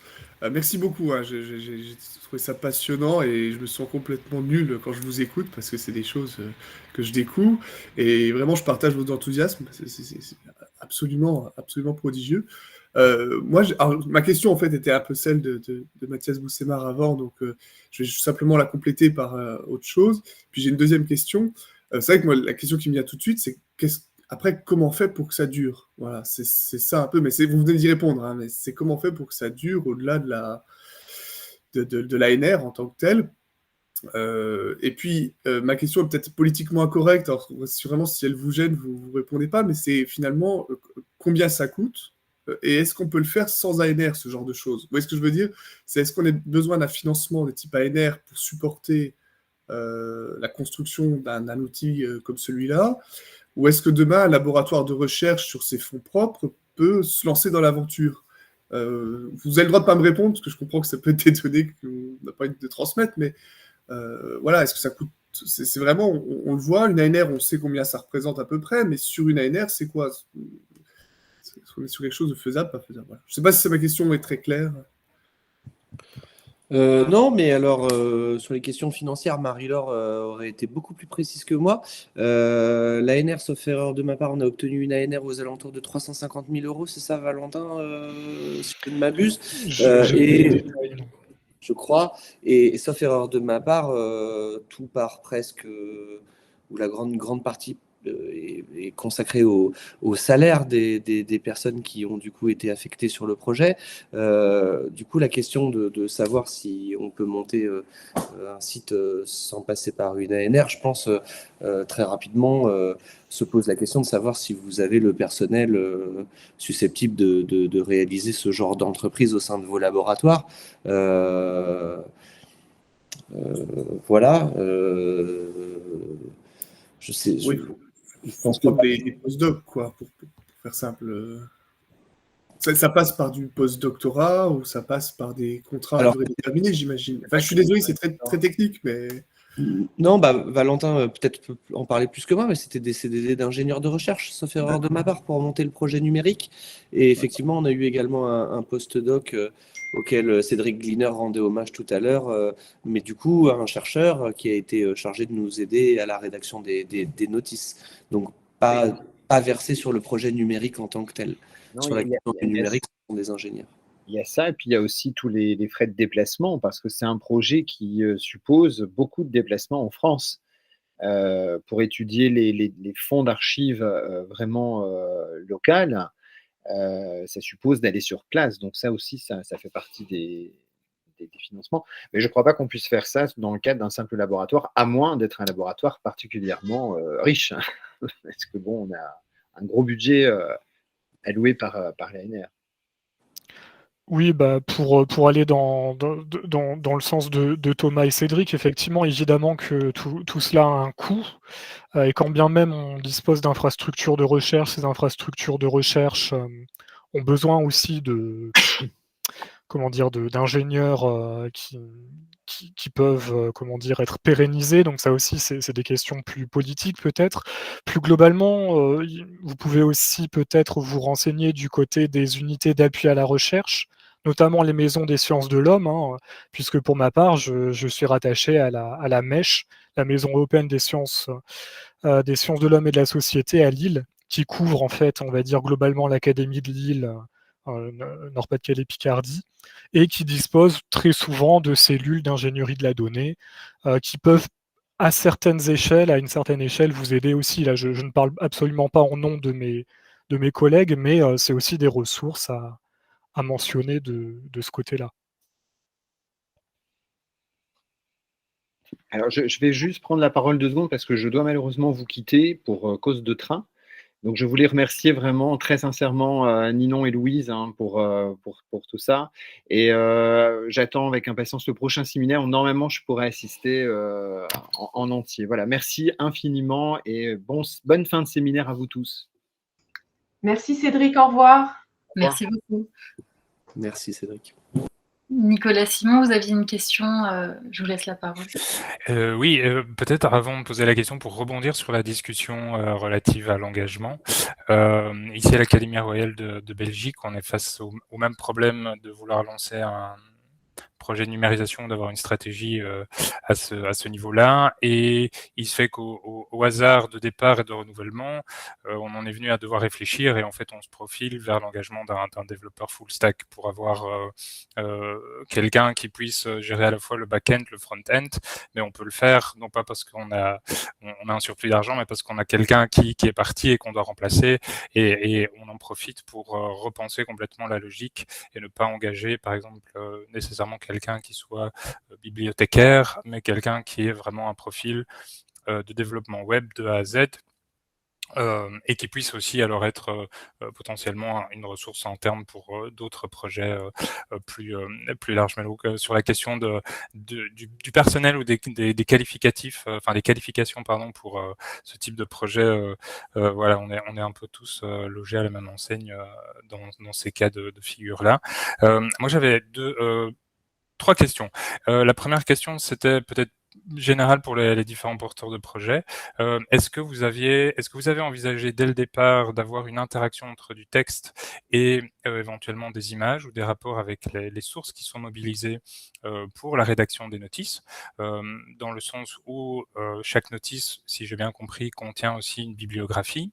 Et est-ce que je comprends bien que c'est un dictionnaire et donc les notices sont rédigées et que c'est nativement digital, mais est-ce que vous aviez envisagé ou est-ce que vous envisagez dans le futur d'articuler ces différentes notices avec des images, d'archives, voire éventuellement d'objets qui pourraient être aussi numérisés et d'enrichir d'une certaine façon le dictionnaire de cette façon-là?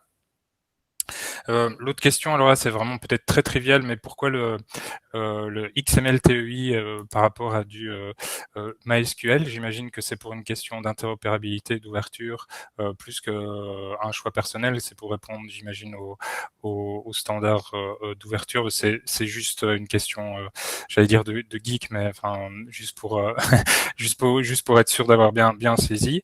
Et alors par rapport à la question notamment des différentes versions, parce qu'on a parlé de la possibilité de faire évoluer l'interface usagée pour c'était quoi les index, me semble-t-il.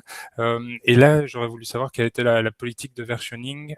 Est-ce que vous les archivez ou comment et comment vous évaluez et évoluez par rapport à cette question-là?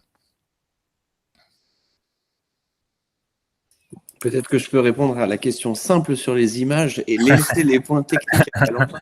Je crois que sur du coup des liens entre des images et le texte. À nouveau, c'est voilà, de manière empirique, on a constaté que certains auteurs nous envoyaient des images dans le cadre de leurs notices, et c'est quelque chose que nous n'avions pas nécessairement réfléchi.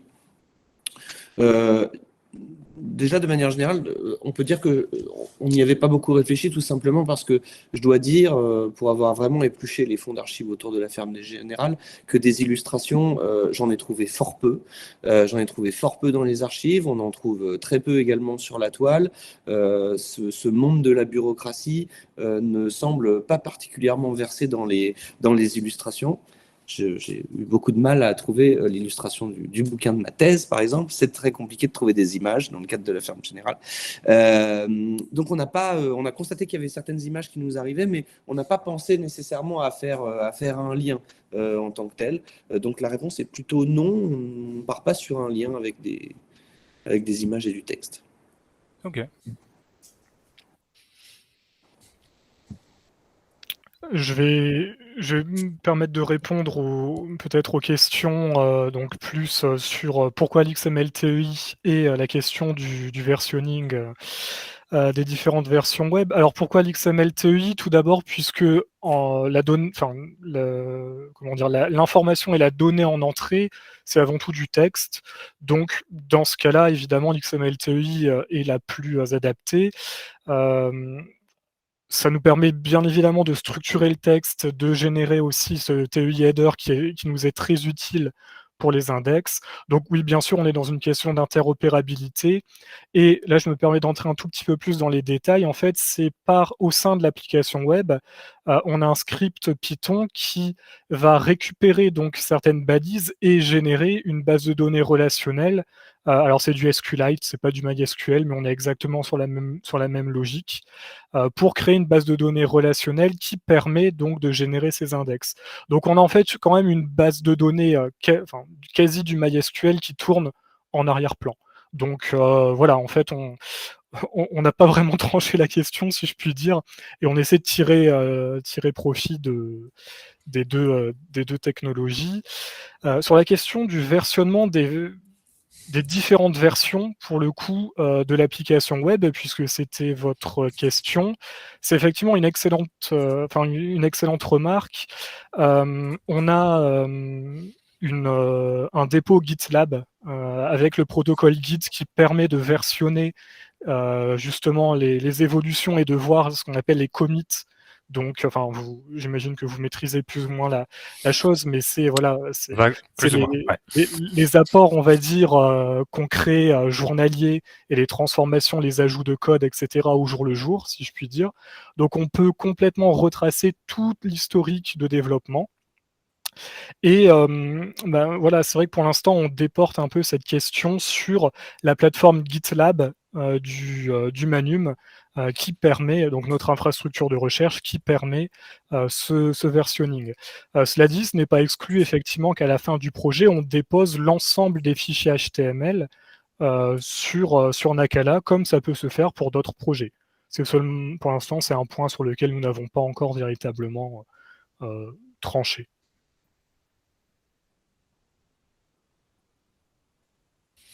Un grand merci.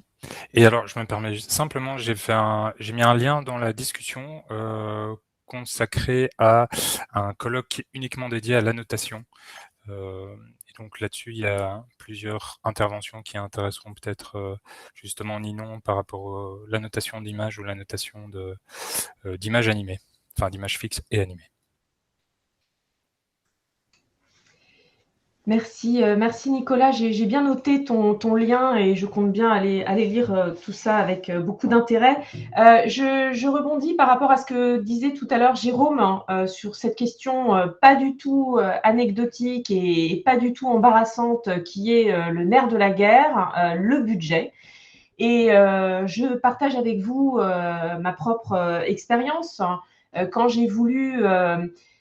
parce que finalement, le projet sur lequel je travaille, et on vous parlera à l'occasion d'une séance du webinaire avec Louise sur les procès filmés,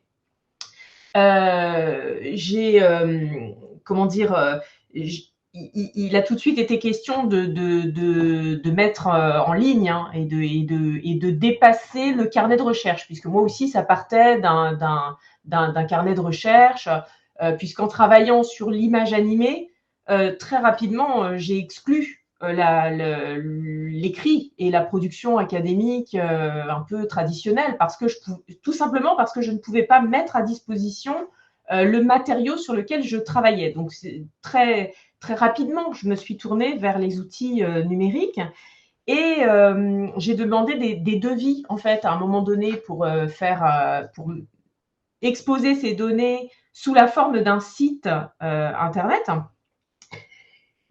Et les devis étaient assez exorbitants auprès de sociétés en fait privées. Et c'est en m'adressant à la MSH, donc effectivement de Nanterre, que j'ai été orientée vers l'INIST. Je vous ai mis le lien vers l'INIST, qui est l'Institut de l'information scientifique et technique, qui a un personnel dédié pour la valorisation des données de la recherche, avec un service exposition des données qui aide en fait pour un financement, mais sans commune mesure avec les devis que j'ai pu avoir par ailleurs, qui aide à la construction de sites web éditorialisés. Donc, j'ai trouvé une solution auprès d'un organisme public en fait, qui est dédié aux chercheurs.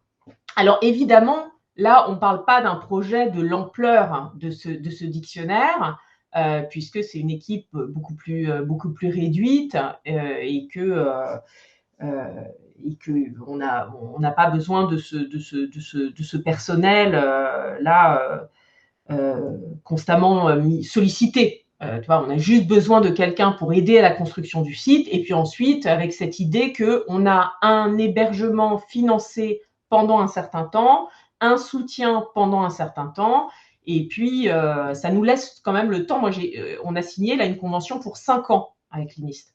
Ça laisse le temps quand même déjà de trouver un financement pour la suite, éventuellement, comme vous l'évoquiez, de mettre un point final à un moment donné au projet aussi. Mais ça peut être une solution.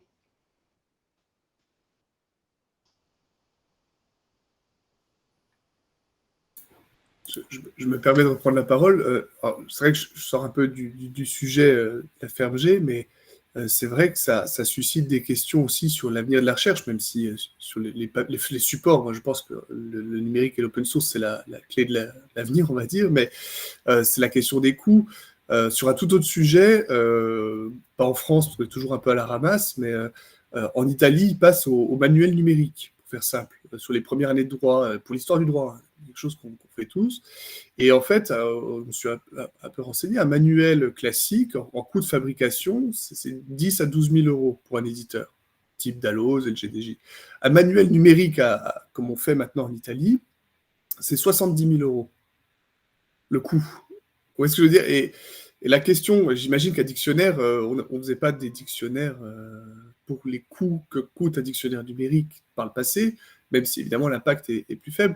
Et la question qui va se poser, j'imagine que c'est pareil en Belgique, c'est comment, que l'uniformisation de ces modalités-là, voilà ma question un peu, c'est est-ce que ça ne va pas appauvrir la recherche paradoxalement, parce qu'on sait que l'ANR ne finance par exemple que des bases de données. Enfin, je résume, j'exagère, mais voilà, et c'est un peu une peur, c'est-à-dire que le coût sera plus supportable par des laboratoires X ou Y, et c'est dommage. Enfin, il y a peut-être une perte. Alors, bien conscience que c'est complémentaire, mais est-ce qu'on n'a pas quelque chose d'un peu...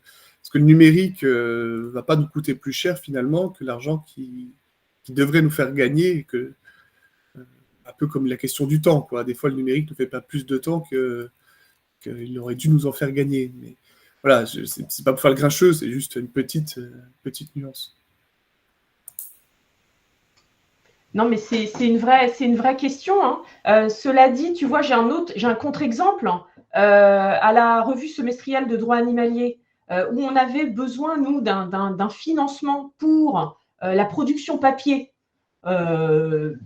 Et parallèlement, on mettait en ligne un PDF, un vieux PDF illisible, vraiment pas pratique. Bon, eh bien, l'argent qu'on investissait dans la production des exemplaires papier, on a décidé de l'investir dans le financement d'un site pour la revue. Je crois que c'était 3 000 € ou quelque chose comme ça hein, pour financer ce site. Et puis, on va se former à la mise en ligne et à l'alimentation régulière. Bon, c'est un autre travail éditorial, si tu veux. Mais tu vois, là, en termes de coûts, alors, je ne sais pas ce que le manuel numérique à 70 000 €. Bon, évidemment, là, on navigue dans une autre sphère. Mais tu vois, je te donne 2 exemples de projets avec une réalisation numérique à une échelle budgétaire qui est la mienne, donc beaucoup plus raisonnable. Hein. On est sur là, pour la base de données sur Omeka avec l'aide de l'INIST, je suis sur un financement 300 € par an parce qu'en fait, tu ne payes que l'hébergement. Donc, 300 € par an x 5, puisque c'est un engagement sur 5 ans. Voilà. Et puis, pour la revue semestrielle de droit animalier, un développeur qui a été rémunéré, voilà, quelque chose comme 3 500 €. On engageait par an 2 000 € pour la publication papier. Bon, voilà.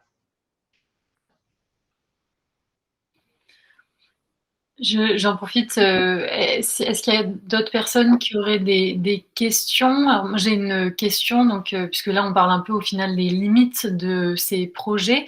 Je voudrais savoir, dans le cadre du dictionnaire numérique de la ferme générale, quelles ont été ces limites que vous avez pu rencontrer dans la construction, que ça soit du côté du choix des notices, de trouver des personnes, des historiens pour les produire, ces notices, et puis d'un point de vue aussi concret, est-ce qu'il y a eu des gros bugs qui ont pu abîmer un temps ce projet, et est-ce que la question du stockage à un moment donné aussi, puisque vous parlez de plus de 200 notices, est-ce qu'à un moment donné, ça ne va pas poser problème ou pas?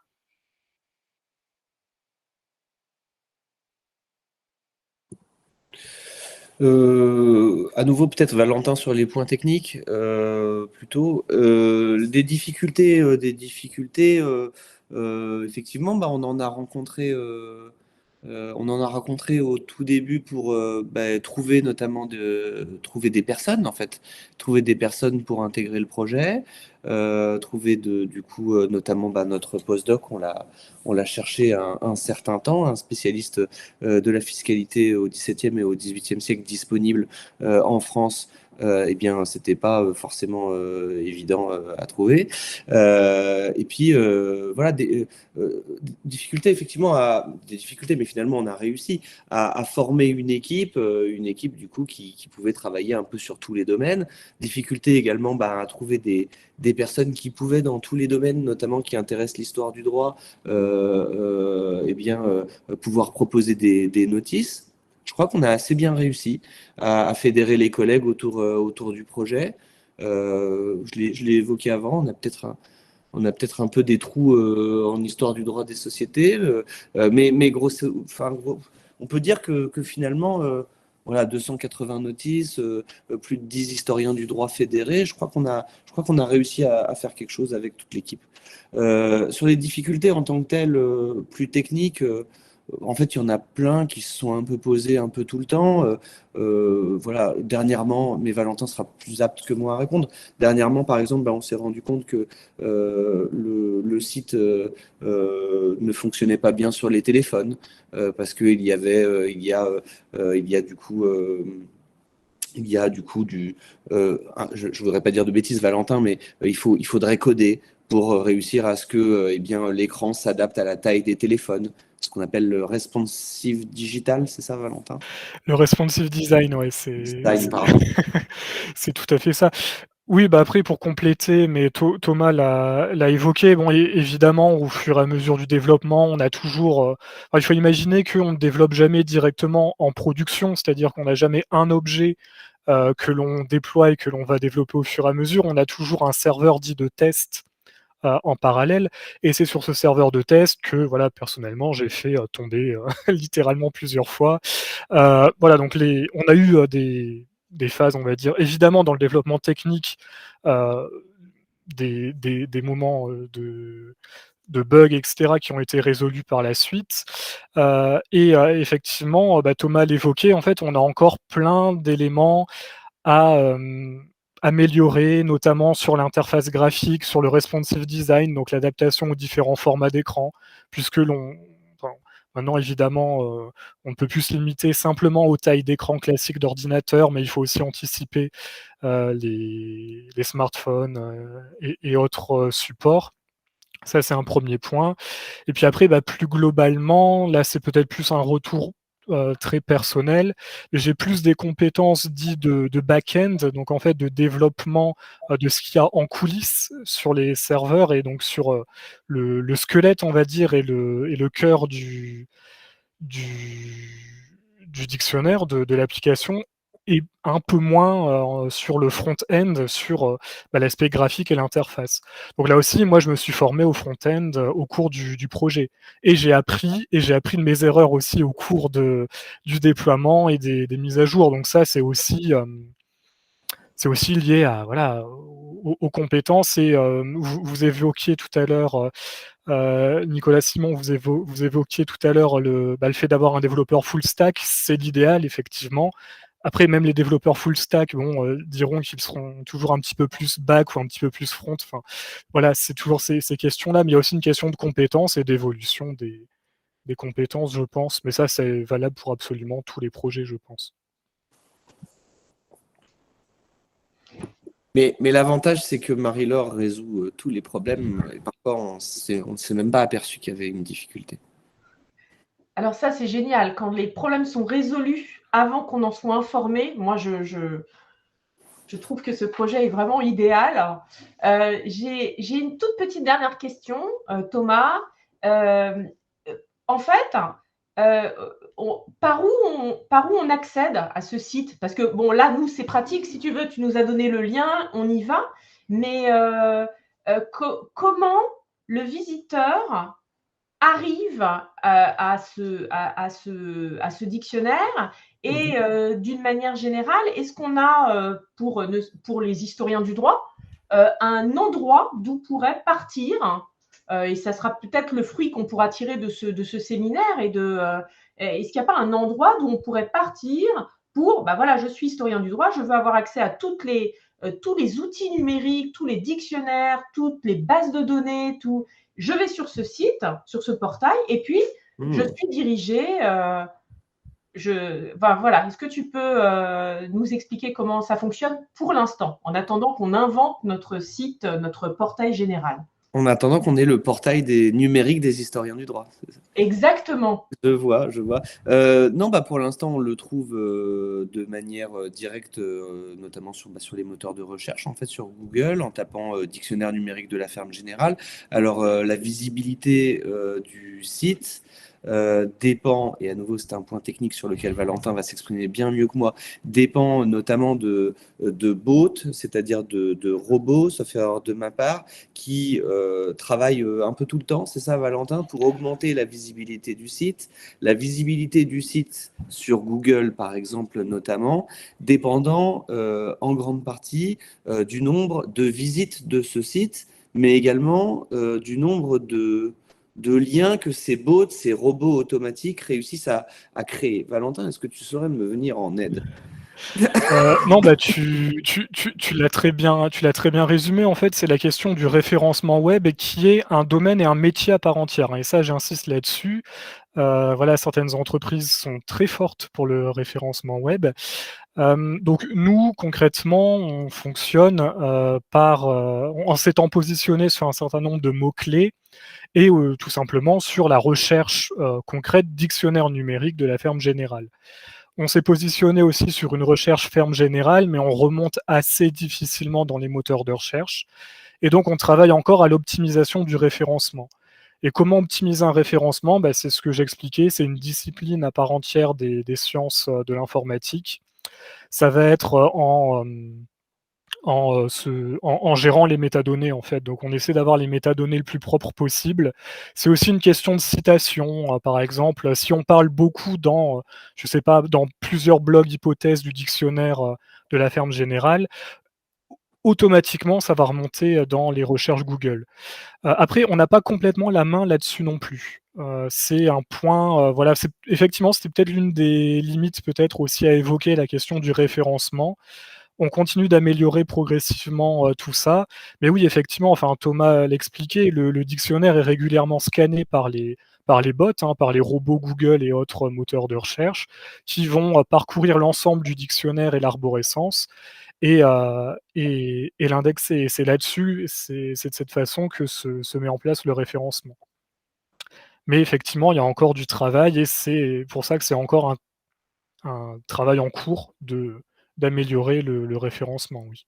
Mais sauf erreur de ma part, lorsqu'on tape ferme générale sur Google, les autres sites étant des sites relativement figés en termes d'activité, voilà, on s'en rend compte assez vite lorsqu'on tape ferme générale du coup sur Google. Le nôtre, par contre, étant en activité et générant une activité du coup quotidienne courante continue, Valentin, on est d'accord que normalement notre référencement est censé s'améliorer. Là, ça fait que 6 mois qu'on est sur le coup. Ou pas tant que ça? Oui, enfin, il va s'améliorer, d'autant plus que il y a aussi une question en fait du côté des serveurs de la mèche sur lequel on travaille actuellement. On est en train de modifier des choses dans notre infrastructure. J'entre pas dans les détails, donc ça va s'améliorer au fur et à mesure. Après, voilà, il y a aussi des éléments qui font que on va passer derrière Wikipédia, derrière des blogs très bien référencés et très bien, comment dire, consultés. Mais oui, ça va s'améliorer en fait au fur et à mesure, on va remonter progressivement. Après, il y a aussi une question d'avoir une réflexion, mais ça, c'est aussi un peu périphérique au projet, aux utilisateurs et utilisatrices, quel public on va cibler? Est-ce qu'on va cibler, et là, j'ai absolument pas la réponse, hein, mais est-ce qu'on va cibler, et je pense en tout cas un public d'historiens, d'érudits, en tout cas qui recherchent le dictionnaire, ou est-ce qu'on va cibler un public qui va chercher plus une vulgarisation scientifique? Je ne sais pas, et c'est aussi une question qui peut influencer sur le référencement. Mais voilà, c'est encore un travail en cours. Oui, donc moi je conclurai là-dessus, c'est que moi je vois tout à fait l'intérêt là à t'écouter, Thomas, nous parler de ce dictionnaire. J'ai découvert tout ce que éventuellement je pourrais moi y trouver d'intéressant pour illustrer ou renseigner un certain nombre de cours que je fais, pour envoyer mes étudiants sur une notice. Donc, si tu veux, le fait de centraliser un petit peu les instruments numériques à la disposition des historiens du droit, ça nous permettrait de sortir de cette logique un petit peu hasardeuse du je tape ferme générale, parce que ça suppose de chercher, tu vois, de savoir déjà ce qu'on cherche en fait. Je cherche ce dictionnaire sur la ferme générale. Et donc, ça permettrait de mettre à disposition. Alors, je ne sais pas encore comment on pourra concrétiser cette idée, mais je pense que vraiment, ça vaut le coup. Quand on a parlé la semaine dernière d'Yvette, d'Imprimealex, et puis on va voir au fur et à mesure de ce webinaire avec Louise, on va commencer à travailler sur le webinaire de l'année prochaine. Et donc, on va voir un petit peu tout ça s'enrichir. Et ce serait bien qu'on puisse imaginer quelque chose pour mettre ces outils à disposition. Et donc susciter l'intérêt et transformer ce dictionnaire en véritable instrument facile d'accès et connu et bien identifié de tous les historiens du droit. Donc, bon, voilà, on aura l'occasion d'y réfléchir. Louise, je te laisse conclure. Oui, alors merci à tous pour d'avoir été présents et merci à nos invités pour ce moment qui était fort intéressant, de mettre en avant aussi toute la question de l'ouverture dans tous les sens du terme. Sébastien Poublan m'expliquait aussi qu'avec ces codes qui sont ouverts, il y a aussi une possibilité de peut-être connecter des bases de données entre elles et donc démultiplier aussi ces différents travaux sur certains sujets et qui pourraient se recroiser. Donc c'est aussi intéressant pour ça. La semaine, enfin non, notre prochain rendez-vous sera sur un autre sujet, même si on reste finalement un petit peu dans tout ce qui est droit public. Je ne sais pas si tu veux l'annoncer, Ninon. On se retrouve le 28 mars, même heure, même lien, et on va partager une autre expérience sur des bibliothèques numériques en histoire du droit. On va recevoir deux collègues, Sylvia Falconieri et Florence Renucci, qui vont donc nous parler d'un outil polyvalent et collaboratif. Donc, on restera dans un projet, des projets assez comparables en termes d'expérience au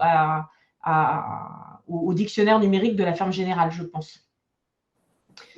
Voilà, donc écoutez, je vous remercie tous d'avoir participé et puis j'espère qu'on pourra se retrouver donc le 28 mars. Je vous souhaite une bonne soirée et puis à très bientôt.